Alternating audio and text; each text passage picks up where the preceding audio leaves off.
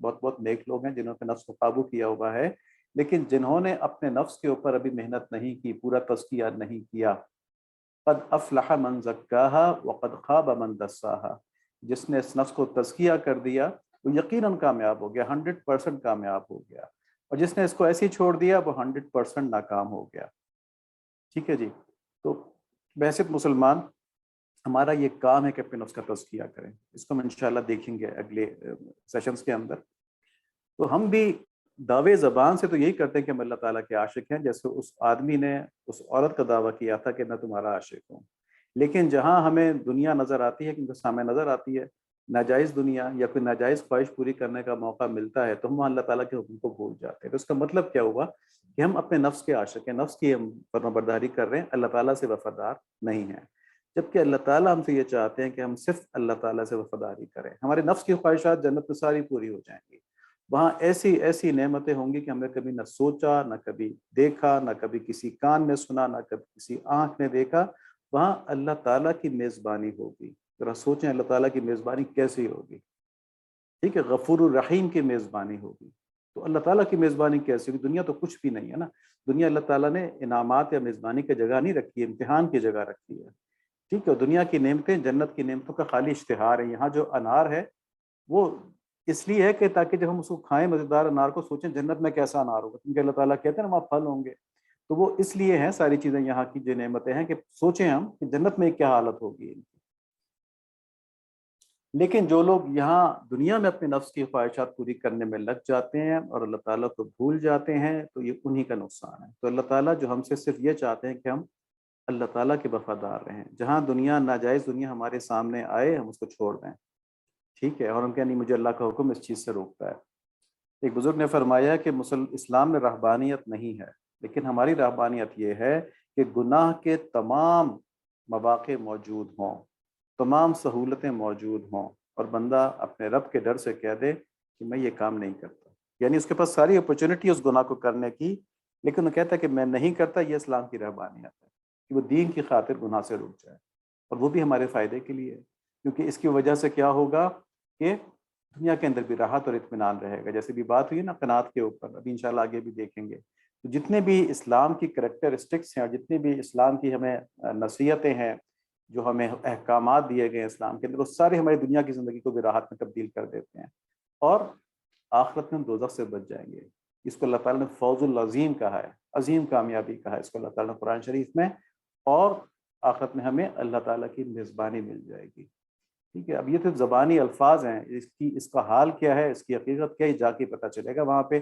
اللہ تعالیٰ ہم سب کو اپنے اکابرین کی معیت میں، اپنے حبیب صلی اللہ علیہ وآلہ وسلم کی خدمت میں جنت الفردوس میں جمع فرما لیں، آمین۔ دیکھیں اسی لیے اللہ تعالیٰ نے فرمایا، یہ ہم پہلے بھی آیت دیکھ چکے ہیں، کہ اپنے رب کی بخشش کی طرف دوڑو اور اس جنت کی طرف دوڑو جس کا عرض آسمانوں اور زمینوں کے برابر ہے، جو پرہیزگاروں کے لیے تیار کی گئی ہے۔ یہ اللہ تعالیٰ اس دنیا میں ہمیں اسلام کا پیغام قرآن شریف کے ذریعے دے رہے ہیں۔ تو اس کا کیا مطلب ہوا؟ قرآن شریف کے ذریعے دے رہے ہیں کہ جی ہم اس دنیا کے اندر دل لگا کے نہ بیٹھ جائیں، بلکہ اس دنیا کو جب آدمی دوڑتا ہے، پہلے بھی یہ بات ہے، تو آدمی دوڑتا ہے تو آدمی اپنے مقصد کی طرف دوڑ رہا ہوتا ہے، وہ دائیں بائیں نہیں دیکھتا۔ جیسے ایک آدمی نے 100 میٹر ریس میں حصہ لیا ہے، تو اب اس کی نگاہ جو ہے نا وہ اپنے اینڈ پوائنٹ کے اوپر ہے، جہاں پہ کہ فنش لکھا ہوا ہے، جہاں پہ کہ ریس ختم ہونے کا نشان لگا ہوا ہے۔ وہ یہ نہیں دیکھے گا لوگ تالیاں بجا رہے ہیں، وہ یہ نہیں دیکھے گا کہ لوگ اس کی تصویریں کھینچ رہے ہیں، کچھ اور کر رہے ہیں، وہ صرف بھاگ رہا ہوگا اس فنش پوائنٹ کی طرف۔ تو ہم تیزی سے بھاگیں اللہ تعالیٰ کو حاصل کرنے کے لیے اس فنش پوائنٹ کی طرف جہاں پہ لکھا ہو کہ تمہیں اللہ تعالیٰ کی رضا مل گئی، ٹھیک ہے، اللہ تعالیٰ ہمیں اپنا بنا رہے۔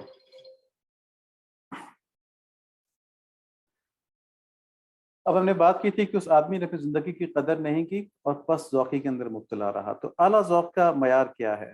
اعلیٰ ذوق ہم کسے کہتے ہیں؟ کہ زندگی کا مقصد صرف اللہ تعالیٰ کی بندگی کرنا ہو، عبادت کرنا ہو۔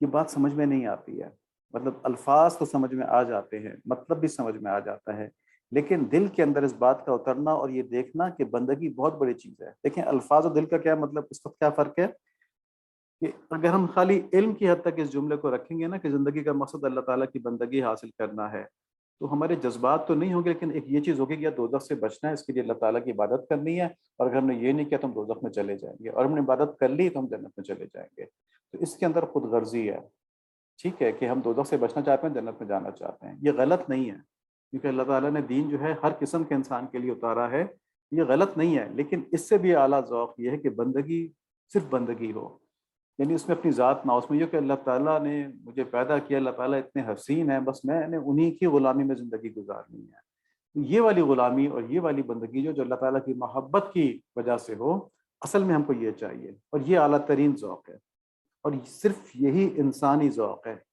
ٹھیک ہے۔ اس کے علاوہ باقی سارے ذوق حیوانی ذوق ہیں۔ ذوق کیا ہوتا ہے؟ ذوق آدمی کی طبیعت ہوتی ہے، جیسے ایک آدمی ہر وقت خوشبو لگا کے رکھتا ہے تو اس کا ذوق ہے، اور ایک آدمی پرواہ نہیں کرتا، خوشبو نہیں لگاتا، ٹھیک ہے، اس کو کوئی پرواہ نہیں ہوتی کہ اس کے اندر سے اسمیل آ رہی ہے یا اسے کسی اچھی خوشبو کی ضرورت ہے کہ نہیں ہے، تو یہ اس کا ذوق ہے۔ ایک گھر کی خاتون جو ہیں وہ گھر کو مسلسل صاف کرتی ہیں، کہیں کوئی مٹی کا ذرہ نہیں آنے دیتی، کہیں کوئی پانی کا قطرہ نہیں گرنے دیتی، ان کا صفائی کا ذوق ہے۔ اور ایک خاتون جو انہیں کھانا بڑا اچھا پکانا ہوتا ہے لیکن صفائی کا خیال وہ نہیں کرتی، وہ کھانے کی طرف بڑی توجہ رکھتی ہیں، بڑے اچھے اچھے کھانے بناتی ہیں، تو ان کا کھانا پکانے کا ذوق ہے۔ تو یہ ذوق کا فرق ہوتا ہے۔ تو وہ ذوق جو اللہ تعالیٰ کی بندگی کی طرف لے کے جائے، صرف وہی انسان کا ذوق ہے، باقی سارے حیوانی ذوق ہیں۔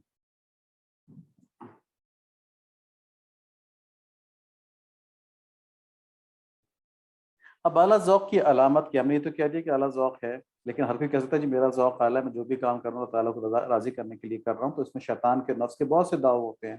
اس کی علامت، اس کی نشانی، اس کا معیار کیا ہے؟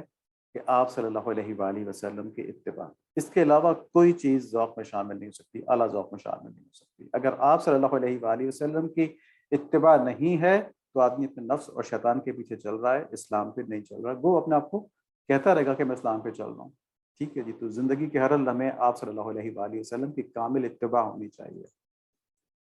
اس کی دلیل کیا ہے کہ آپ صلی اللہ علیہ وآلہ وسلم کی اتباع کے بارے میں اللہ تعالیٰ ایک بہت بڑی بشارت دیتے ہیں جو ہم پہلے دیکھ چکے ہیں کہ اے رسول اللہ صلی اللہ علیہ وآلہ وسلم، آپ کہہ دیجئے کہ اگر تم اللہ سے محبت رکھتے ہو تو میری اتباع کرو، خود اللہ تعالیٰ تم سے محبت فرمائیں گے، تمہارے گناہ معاف کر دیں گے، اللہ تعالیٰ بڑے بخشنے والے مہربان ہیں، ٹھیک ہے جی۔ یہاں تک کی باتیں تقریباً وہی تھی جو پہلے ہم کر چکے ہیں۔ اب سوال یہ ہے کہ آپ صلی اللہ علیہ وآلہ وسلم کی پیروی کرنے کے لیے ہمیں کیا کیا چیزیں چاہیے، ٹھیک ہے۔ یہ بڑا جینون سوال ہے، اس کو غور سے سنیں اور سوچیں اس کے اوپر کہ ہم نے یہ تو طے کر لیا کہ ہماری زندگی کا مقصد یہ ہے کہ ہم اللہ تعالیٰ کی محبت حاصل کریں، اللہ تعالیٰ کی بندگی حاصل کریں، نمبر ایک۔ نمبر دو، کہ اس کا طریقہ کیا ہے، اس کی علامت کیا ہے کہ ہم اللہ تعالیٰ کی محبت حاصل کر رہے ہیں، اللہ تعالیٰ کی بندگی حاصل کر رہے ہیں، اس میں شیطان پر نفس کا کوئی اثر نہیں ہے۔ تو اس کا معیار یہ ہے کہ کیا ہم آپ صلی اللہ علیہ وآلہ وسلم کے بتائے ہوئے طرز زندگی پر چل رہے ہیں، کیا ہم اپنے اوقات کے مطابق، اپنے حالات کے مطابق آپ صلی اللہ علیہ وآلہ وسلم کے طرز زندگی کو فالو کر رہے ہیں، کیا ہم اپنی عادات کے اندر، اپنی پسند ناپسند کے اندر آپ صلی اللہ علیہ وآلہ وسلم کی پسند ناپسند کا خیال رکھتے ہیں۔ کہنے کا مطلب یہ کچھ تو ہوتے ہیں نا فرض اور واجبات، کچھ چیزیں آپ صلی اللہ علیہ وآلہ وسلم نے کرنے کے لیے کہیں، کچھ چیزوں سے آپ صلی اللہ علیہ وآلہ وسلم نے روکا ہے، تو وہ چیزیں کرنی ہے، ان سے رکنا ہے ورنہ گناہ ہوگا۔ اور کچھ چیزیں ایسی ہیں جو آپ صلی اللہ علیہ وآلہ وسلم نے نہ کرنے کو کہا نہ رکنے کو کہا، کچھ جائز چیزیں ہیں، لیکن آپ صلی اللہ علیہ وآلہ وسلم نے ان کو پسند فرمایا، اس کرنے کو پسند فرمایا یا اس سے بچنے کو پسند فرمایا۔ تو یہ جو آپ کی ذاتی پسند ہے، اگر یہ ہماری زندگی کا حصہ نہیں بنتی تو ہم کامل اتباع میں نہیں آپ صلی اللہ علیہ وآلہ وسلم کے۔ تو آپ صلی اللہ علیہ وآلہ وسلم کی بحیثیت انسان جو ذاتی پسند اور ناپسند ہے، اس میں بھی ہماری پسند اور ناپسند کو فنا ہو جانا چاہیے۔ جیسے آپ صلی اللہ علیہ وآلہ وسلم کو کھانے میں اگر کدو یا لوکی پسند تھا تو ہمیں وہ پسند آ جانا چاہیے، تو پھر صحیح کامل محبت ہوگی۔ تو یہ ہمارا ٹارگٹ ہے حاصل کرنا۔ اس کے لیے ہمیں کیا کیا چاہیے، ٹھیک ہے جی۔ ایک چیز ہم بتاتے ہیں آپ کو، آپ صلی اللہ علیہ وآلہ وسلم کی تعلیمات کا درست علم چاہیے آپ کو، ٹھیک ہے جی۔ درست علم، یہ نہیں کہ جو آدمی جو مرضی کہہ دے، ٹی وی پہ بیٹھ کے، سوشل میڈیا پہ بیٹھ کے ہم اس کے پیچھے چل پڑیں، نہیں، بلکہ درست علم سے مراد یہ ہوتی ہے کہ جس کو دینی ایکسپرٹس نے انالائز کر کے نکالو کہ یہ سنت طریقہ ہے۔ ایک ہوتی ہے حدیث، ایک ہوتا ہے سنت طریقہ۔ سنت طریقہ احادیث سے ہی نکلتا ہے، لیکن سنت طریقہ کیا ہوتا ہے کہ جس پہ آپ صلی اللہ علیہ وآلہ وسلم نے متواتر عمل کیا ہو اور آخری عمل آپ کا اس کے اوپر ہو۔ ٹھیک ہے جی، کچھ چیزیں تبدیل ہوئیں، تغیر آیا ان کے اندر. آپ صلی اللہ علیہ وآلہ وسلم نے کچھ کام شروع میں کسی اور طرح کیے اور بعد میں آخری وقت میں کسی اور طرح کی. تو سنت طریقہ کیا ہوگا؟ جو آپ کے آخری وقت کے اعمال تھے وہ طریقے جو ہیں وہ سنت طریقے ہوں گے. تو یہ درست طور پہ جاننا جو ہے آپ صلی اللہ علیہ وآلہ وسلم کے بارے میں ہر چیز کا درست علم ہونا، یہ ہماری پہلی ریکوائرمنٹ ہے. دوسری ریکوائرمنٹ کیا ہے؟ یہ آپ نے سوچنا ہے اور آپ نے لکھ کر بیچنا ہے. اور انشاءاللہ جب آپ سوچیں گے، آپ لکھیں گے، تو آپ ایک بڑی عظیم فکر کے اندر ہوں گے، اس کا آپ کو اجر مل رہا ہوگا. ہمارا عموماً جو لکھنے کا اسائنمنٹ ہوتا ہے، سیگمنٹ ہوتا ہے، وہ اس لیے ہوتا ہے تاکہ آپ میں رائٹنگ اسکلز پیدا ہوں، آپ میں سوچنے سمجھنے کی صلاحیت پیدا ہو. لیکن یہاں پر یہ ڈفرینٹ ہے. یہاں پر یہ ثانوی آبجیکٹیوز ہیں، سیکنڈری آبجیکٹیوز ہیں کہ آپ میں لکھنے کی صلاحیت پیدا ہو، سوچنے سمجھنے کی صلاحیت پیدا ہو. یہاں پرائمری آبجیکٹیو یہ ہے کہ جب آپ کے اندر یہ فکر آئے گی کہ مجھے نبی صلی اللہ علیہ وآلہ وسلم کے طریقے پر چلنے کے لیے کیا کیا چاہیے. ایک تو ہو گیا کہ علم چاہیے، درست علم چاہیے. دوسرا کیا چیز چاہیے، اس پہ غور کریں گے. تو اگر آپ جواب نہ بھی پا پائے تو انشاءاللہ اس کے اوپر آپ کو اتنا اجر ملے گا اس فکر کرنے کے اوپر، اور اس کی برکت سے انشاءاللہ آپ کے اوپر راستے ہدایت کے کھل جائیں گے انشاءاللہ. یہ تو میری درخواست ہے کہ سب لوگ ضرور سوچیں اس کے اوپر، ضرور لکھیں. بے شک جو بھیج پائے وہ بھیج دے، جو نہ بھیج پائے وہ نہ بھیجے، لیکن لکھیں ضرور.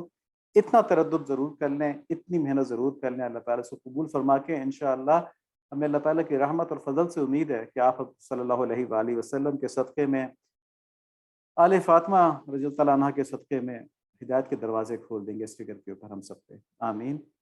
اشارہ ہم آپ کو دیتے ہیں کہ کیا ہم جو علم ہمارے پاس موجود ہے اس پر پورا چل پا رہے ہیں. ٹھیک ہے، جتنا ہمیں علم موجود ہے آپ صلی اللہ علیہ وآلہ وسلم کی تعلیمات کا، کیا ہم ان پر پورا پورا عمل کر پا رہے ہیں؟ اگر نہیں تو اس میں رکاوٹ کیا آ رہی ہے ہمارے اندر. ٹھیک ہے، اس پہ غور کرنا ہے. آپ نے اشارہ دیا ہے آپ کو، اب آپ نے اس کے اوپر کام کر کے ہم کو انشاءاللہ بھیجنا ہے. چھوٹے بچوں کو بتایا گیا اسباق، یہ ریپیٹیشن ہے 2 سیشن عید کے سیشن سے پہلے کی. نمبر 1، قناعت بہت بڑی نعمت ہے، بہت بڑی نعمت ہے جو زندگی کو سنوار کے رکھ دیتی ہے. اللہ تعالیٰ نے جو نعمتیں ہاتھ میں دی ہوئی ہیں اس پر خوش ہو جائیں. اگر ضرورت پوری ہو رہی ہے تو مزید کی حرص میں اپنے جذبات اور اوقات برباد نہ کریں. کسی کے پاس ایک 10 مرلے کا مکان ہے، ضرورت پوری ہو رہی ہے، اللہ تعالیٰ چاہیں گے اس کو پتہ بھی نہیں چلے گا، اس کو کنال کا مکان دے دیں گے، اس پہ شکر گزار ہو جائے گا. لیکن اب کنال کے مکان کے فکر میں اتنا الجھ جائے کہ اس کو یہی خیال نہ آ پائے کہ میرے اوقات کہاں خرچ ہو رہے ہیں، میری زندگی میں کیا میں دین میں ترقی کر رہا ہوں کہ نہیں، کیا میری محبت میں اللہ تعالیٰ سے اضافہ ہو رہا ہے، آپ صلی اللہ علیہ وآلہ وسلم سے اضافہ ہو رہا ہے یا کمی آ رہی ہے. اسے یہ کوئی فکر نہ، اس کو بس یہ فکر ہو پیسے جمع کر کے میں کنال کا مکان بنا لوں. تو یہ اپنے ساتھ زیادتی ہے. ہاں، اگر ضرورت پوری نہیں ہو رہی ہے تو جو کچھ آپ کے پاس ہے اس پہ شکر ادا کریں اور مزید کے لیے اللہ تعالیٰ سے دعا کر دیں. ٹھیک ہے، تو اپنے جذبات کو، اوقات کو اور دیگر وسائل کو اللہ تعالیٰ کے قرب بڑھانے کے حرص میں خرچ کریں. شکر گزاری، ہم نے کہا نا جو کچھ موجود ہے اس پہ شکر گزاری کریں، مزید کی دعا کر لیں. تو شکر گزاری ایک بہت بڑی نعمت ہے. ایک بات یاد رکھیں کہ اللہ تعالیٰ اپنی حکمت سے ہمارے لیے جو بہتر ہوتا ہے ہمیں عطا فرما دیتے ہیں. یہ ہم ابھی سورہ کہف کے اندر جو واقعہ حضرت خضر علیہ السلام کا آیا اس میں بھی دیکھیں گے. اور جو ہمارے لیے بہتر نہیں ہوتا اس کو ہم سے روک لیتے ہیں. اس لیے ہر حال میں اللہ تعالیٰ کا شکر ادا کرنا چاہیے. اور سورہ بقرہ کے اندر یہ بھی عامر جواد صاحب نے بتائی تھی، سیشن سارے لوگ سن لیں جو اس کو سن رہے ہیں، اس میں بڑی قیمتی باتیں ہیں. کہ ممکن ہے تم کسی چیز کو اپنے لیے برا جانو، دراصل تمہارے لیے وہی بھلی ہو، اور یہ بھی ممکن ہے تم کسی چیز کو اچھا سمجھو حالانکہ تمہارے لیے بری ہو. حقیقی علم اللہ تعالیٰ کو ہے، تم محض بے خبر ہو. تو اس آیت کی روشنی میں ذرا اس واقعے کو دیکھیں جب خضر علیہ السلام نے ایک بچے کو قتل کر دیا تھا. موسیٰ علیہ السلام نے کہا آپ نے ایک جان کو، معصوم جان کو کیوں قتل کر دیا بغیر کسی وجہ کے، شرعی وجہ کے؟ تو اس پہ خضر علیہ السلام نے پورا واقعہ بتایا تھا کہ یہ بچہ بڑا ہو کے اپنے والدین کے لیے نقصان دہ بنتا، تو اس لیے اللہ تعالیٰ کی مرضی سے میں نے اس کو قتل کر دیا تاکہ اللہ تعالیٰ اس کے بدلے میں بہتر نعمت بدل دیں. تو اب وہ والدین جن کا بچہ بلا وجہ قتل ہو گیا تو ان کے اوپر قیامت ٹوٹی ہوگی، غم آیا ہوگا، لیکن یہ غم، یہ قیامت ان کی بہتری کے لیے تھا. ٹھیک ہے، اللہ تعالیٰ نے قرآن شریف ہمیں بتا دیا ہے، بلکہ ایک کیس اسٹڈی دے دی ہے اس آیت کے اوپر کہ اللہ تعالیٰ جانتے ہیں ہمارے لیے کیا بہتر ہے کیا نہیں. ہاں، وقتی طور پہ ہمیں کسی مشکل میں غم آئے گا، لیکن اس پہ صبر کریں اور اس پہ اللہ تعالیٰ سے دعا کریں کہ اللہ تعالیٰ اس کو ہمارے لیے بہتر نعمت بدل نصیب فرما دیں. لیکن اس کے اوپر شکایت نہ کریں، اس کے اوپر ایسا غم نہ کریں یہ سب کچھ تباہ ہو گیا، سب کچھ برباد ہو گیا. جب اللہ تعالیٰ کے ساتھ ہم جڑے ہوئے ہیں تو ہمارا سب کچھ درست ہے انشاءاللہ. شکر گزاری سے نعمتیں بڑھتی ہیں، اس لیے اگر ہمیں مزید کی خواہش ہے تو موجودہ پر سچے دل سے شکر گزار بنیں. اللہ تعالیٰ نعمتیں بڑھا دیتے ہیں. یہ بات پہلے بھی کی تھی، اس میں ایک ہم نے پرووائزو ڈالا تھا، کنڈیشن ڈالی تھی یہ شکر گزاری سچے دل سے ہو، یہ واقعتاً شکر گزاری بھی، یا اللہ آپ کا فضل ہے کہ آپ نے مجھے پہننے کے لیے کپڑے دیے۔ اس لالچ میں نہ ہو کہ قرآن شریف نے کہا کہ شکر گزاری سے نعمتیں بڑھتی ہیں، تو میں جب شکر کروں گا تو میرے پاس آج 5 جوڑے ہیں، کل 10 جوڑے ہو جائیں گے۔ ٹھیک ہے، تو شکر کو میکینیکلی استعمال نہیں کرنا، بلکہ سچے جذبے کے طور پہ اس کا اظہار کرنا ہے۔ اگر میکینیکلی ہو رہا ہے، اس وقت یہ لالچ دل میں آ رہی ہے کہ میں تو اس لیے شکر ادا کر رہا ہوں تاکہ یہ بڑھ جائے، تو خالص یہ نیت نہیں ہونی چاہیے۔ ٹھیک ہے، اس کو کنورٹ کر لیں فوراً حقیقی شکر گزاری میں کہ یا اللہ واقعتاً آپ نے مجھے بغیر میری کسی قوت کے، بغیر میری کسی صلاحیت کے، ٹھیک ہے، یہ نعمت عطا کی ہے، اس پہ شکر گزار ہو جائیں۔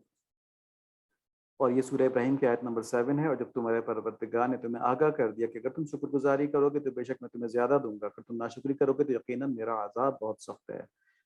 عذاب بہت سخت ہے، یہ اللہ تعالیٰ نے انکوالیفائڈ رکھا ہے۔ عذاب دوزخ کا بھی ہو سکتا ہے، عذاب دنیا میں نعمت کی کمی کا بھی ہو سکتا ہے، اس لیے بہت ڈرنا چاہیے کہ بڑا عذاب نہ آ جائے ناشکری کے اوپر۔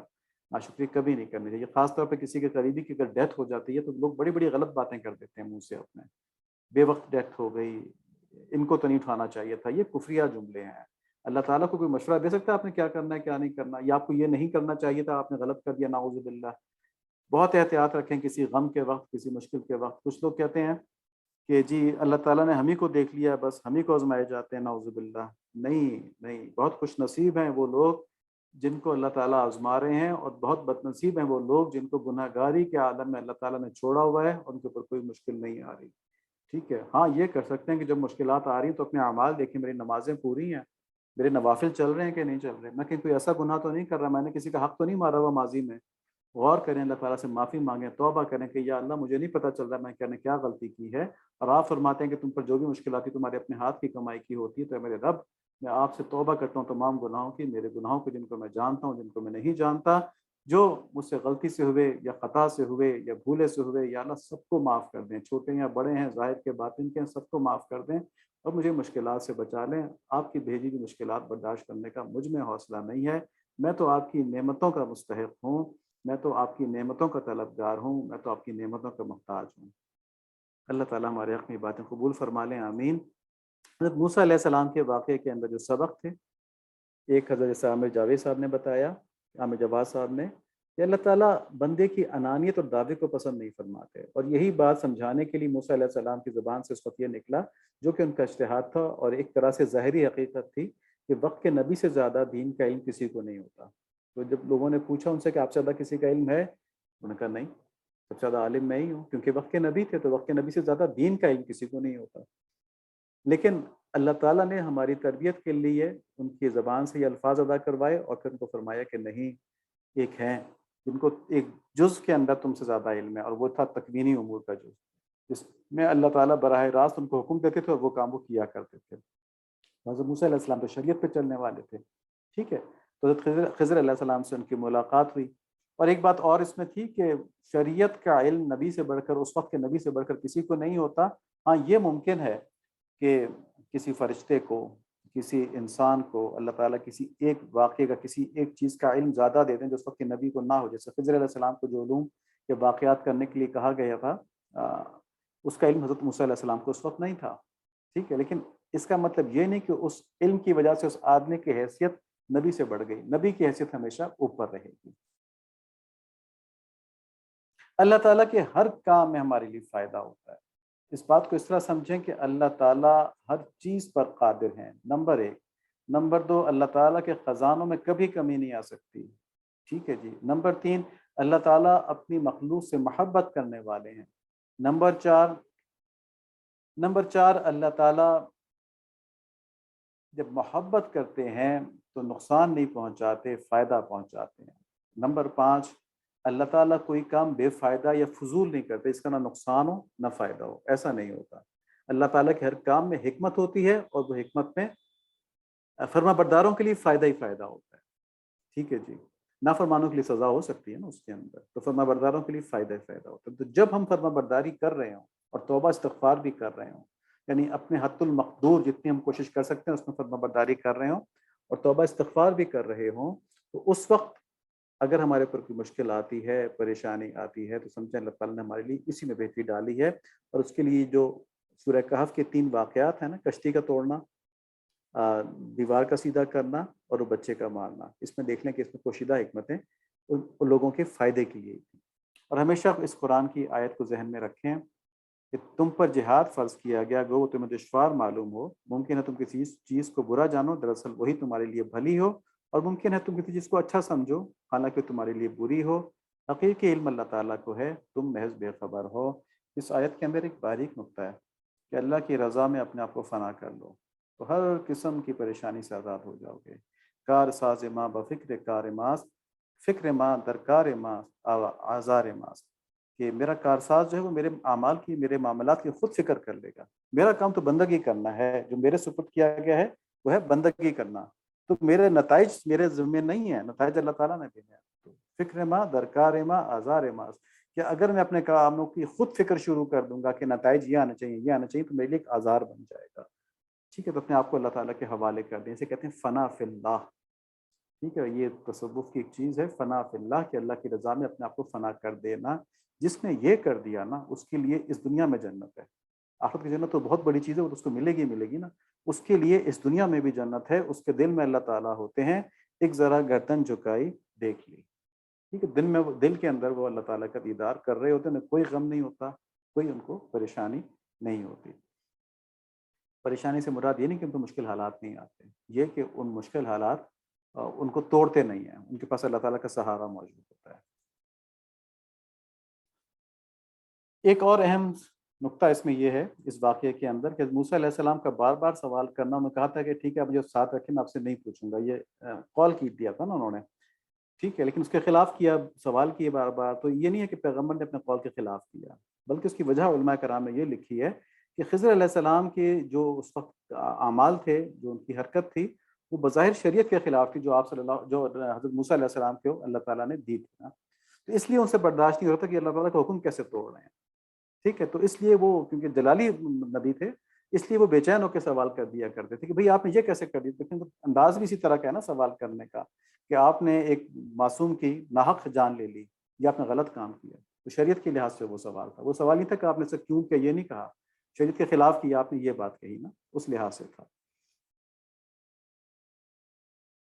لیکن آخر میں جب انہوں نے سوال کیا دیوار گرنے میں کہ آپ نے ان سے کیوں نہیں لے لیا، معاوضہ کیوں نہیں لے لیا، تو وہ اصل میں اس وقت فیصلہ کر چکے تھے کہ اب میں ان کے ساتھ چل نہیں سکتا، کیونکہ شریعت کی باتیں مجھے بظاہر خلاف لگ رہی ہیں، اور یہ کر رہے ہیں، اور یہ کہتے ہیں کہ مطلب اللہ تعالیٰ نے مجھے ان کے پاس بھیجا، بات تو ان کی صحیح ہے، تو بس میں نکلتا ہوں یہاں سے، کیونکہ میں اس کو برداشت نہیں کر پاؤں گا، میں تو کنفیوز ہو جاؤں گا سارے اس کے اندر نا، یہ شریعت کچھ اور ہے، یہ کر کچھ اور رہے ہیں، اور اللہ تعالیٰ کا حکم ہے ان کو یہ کرنے کا نا۔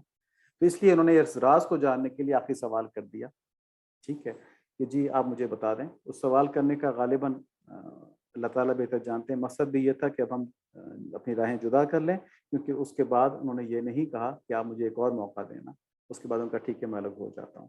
تو یہاں پر صرف پوائنٹ یہ ہے کہ موسیٰ علیہ السلام کا یہ سوال کرنا بار بار اس لیے ہو رہا تھا کہ ان کو شریعت کی خلاف ورزی جو تھی وہ برداشت نہیں ہو رہی تھی۔ اللہ تعالیٰ ہمیں ان باتوں کو صحیح سمجھنے کی توفیق نصیب فرمائیں۔ آخر میں ایک مختصر بات تعلق مع اللہ کے ذرائع کی، تو ہمارا پروگرام ہے، اس کے اندر ہم ارکان اسلام کو صحیح طور پہ ادا کرنا، نماز ہو چکی ہے، روزے کے مسائل چل رہے ہیں، یہ فرض عین علم ہے، اس کو حاصل کرنا چاہیے۔ جب ہم یہ کریں گے تو اللہ تعالیٰ کی طرف ہم نے اہتمام کیا بڑھنے کا، ٹھیک ہے، کوئی ایفرٹ کی ہم نے۔ تو دین کو تو ہم ایسے سمجھتے ہیں نا، بس جیسے بھی اگر نماز جیسی بھی پڑھ لے اللہ تعالیٰ قبول کر لیں، ہم نے تو بڑھ کے اتنی دینی ہے نا، نعوذ باللہ، یہ رویہ نہیں۔ خوبصورت نماز بنانی چاہیے، خوبصورت کب ہوگی؟ جب اس کے مسائل پتہ ہوں گے، جب اس کی سنتیں پتہ ہوں گی، جب اس کے مستحبات پتہ ہوں گے۔ اس طرح روزے کا معاملہ بھی ہے کہ پرواہ نہیں کرتے، آخری وقت تک کھاتے رہتے ہیں، کہیں پہلی اذان ہو جائے تو یہ دیکھتے نہیں ٹائم کیا لکھا ہے چارٹس میں نا، اگر مولوی صاحب نے کہیں پہلے اذان دے دی، گھڑی خراب تھی، کچھ اور تھا، ٹھک سے کھول لیں گے، ٹی وی کے اوپر اذان ہو گئی، ٹھک سے کھول لیں گے، نہیں کھول سکتے۔ یا تو آپ خود مشاہدہ کریں سورج غروب ہو گیا، یا پھر مستند انجینئرز کے، ٹھیک ہے، جن کے اوپر کے مطلب سرٹیفائڈ ہو، تو وہ والے نقشے استعمال کرنے، ہر ایک کا یہ بھی نہیں کہ جو چارٹ مل گیا چلتے پھرتے استعمال کر لیا۔ اس میں تھوڑی سی محنت کرنی ہے، تھوڑی اس میں جد و جہد کرنی ہے، یہ دین ہے، یہ معمولی بات نہیں، سب سے قیمتی چیز ہے، اور ہر قیمتی چیز کے لیے محنت کرنی ہوتی ہے۔ تو اس کی تفصیلات انشاءاللہ آ رہی ہیں، سیشن میں سنتے رہیے گا۔ دعا، ذکر، تسبیحات، سنت طریقے، درود شریف، استغفار، یہ سب اللہ تعالیٰ کی طرف توجہ بڑھاتے ہیں، اللہ تعالیٰ کی طرف لے کے چلتے ہیں۔ ہم نے پچھلے ہفتے دعا کی بات کی تھی، اس دفعہ ہم ذکر کی بات کرتے ہیں۔ آپ صلی اللہ علیہ وآلہ وسلم نے فرمایا ذکر الہی کے علاوہ زیادہ کلام نہ کیا کرو، یعنی جب بات کرو تو اللہ تعالیٰ کی کرو، اگر کوئی اللہ تعالیٰ کی بات نہیں کرے تو ذکر میں زبان کو ویسے مصروف رکھو، اس لیے کہ ذکر الہی کے علاوہ زیادہ باتیں کرنا دل کی سختی کا سبب ہے، اور سب لوگوں سے زیادہ اللہ تعالیٰ سے دور وہ آدمی ہے جس کا دل اللہ تعالیٰ کے خوف سے خالی ہے۔ اس کی بہت سی حکمتیں ہوں گی، ٹھیک ہے، نبی صلی اللہ علیہ وآلہ وسلم نے فرمایا تو یہ بات ایسی ہی ہے اور اس کے بے انتہا پہلو ہیں، لیکن ایک سامنے کی بات جو نظر آتی ہے وہ یہ کہ جس چیز کی ہم بات کرتے ہیں نا اسی طرف ہمارا دھیان چلا جاتا ہے، کرکٹ کی بات کریں گے کرکٹ کی طرف دھیان چلا جائے گا، پالیٹکس کی بات کریں گے پالیٹکس کی طرف ہمارا دھیان اور جذبات چلے جائیں گے۔ تو یہاں پہ آپ صلی اللہ علیہ وآلہ وسلم فرما رہے ہیں کہ صرف اللہ تعالیٰ کی بات کرو، تمہارا رزق اللہ تعالیٰ نے اپنے ذمے لے لیا ہے، ٹھیک ہے، تو بس جب رشتہ داروں میں بیٹھو تو شریعت کے احکامات کے مطابق بات چیت کرو، غیبت نہ کرو، حسد کی بات نہ کرو، ٹھیک ہے، لوگوں کو اچھی اچھی نصیحتیں کر دو دین کے لحاظ سے، لوگوں کا دل اللہ تعالیٰ کی رضا کے لیے خوش کرنے کے لیے اچھی اچھی باتیں کر لو، خیریت پوچھ لو اس کے کسی غم کے اندر شریک ہو جاؤ، ٹھیک ہے، تو رشتہ داری بھی نبھ جائے گی۔ لیکن ہر جملہ ہر بات اس نیت سے ہو کہ اللہ تعالیٰ مجھ سے راضی ہو جائیں، اللہ تعالیٰ مجھ سے خوش ہو جائیں، تو یہ سب ذکر الہی میں شامل ہو جائے گا۔ جب ہم اس نیت سے کریں گے تو ہمارے ذہن اللہ تعالیٰ کی طرف متوجہ رہیں گے، دل اللہ تعالیٰ کی طرف مڑے رہیں گے۔ لیکن جب ہم اس کے علاوہ کلام کریں گے، لایانی گفتگو کریں گے یا دنیا داری کی باتیں زیادہ کریں گے، دھیان اس طرف چلا جائے گا۔ اس حدیث کی بڑی حکمتیں ہیں۔ آپ صلی اللہ علیہ وآلہ وسلم نے فرمایا بہترین زبان وہ ہے جو ذکر الہی میں مصروف رہتی ہے، بہترین دل وہ ہے جو اللہ تعالیٰ کے انعامات پر شکر ادا کرتا رہتا ہے۔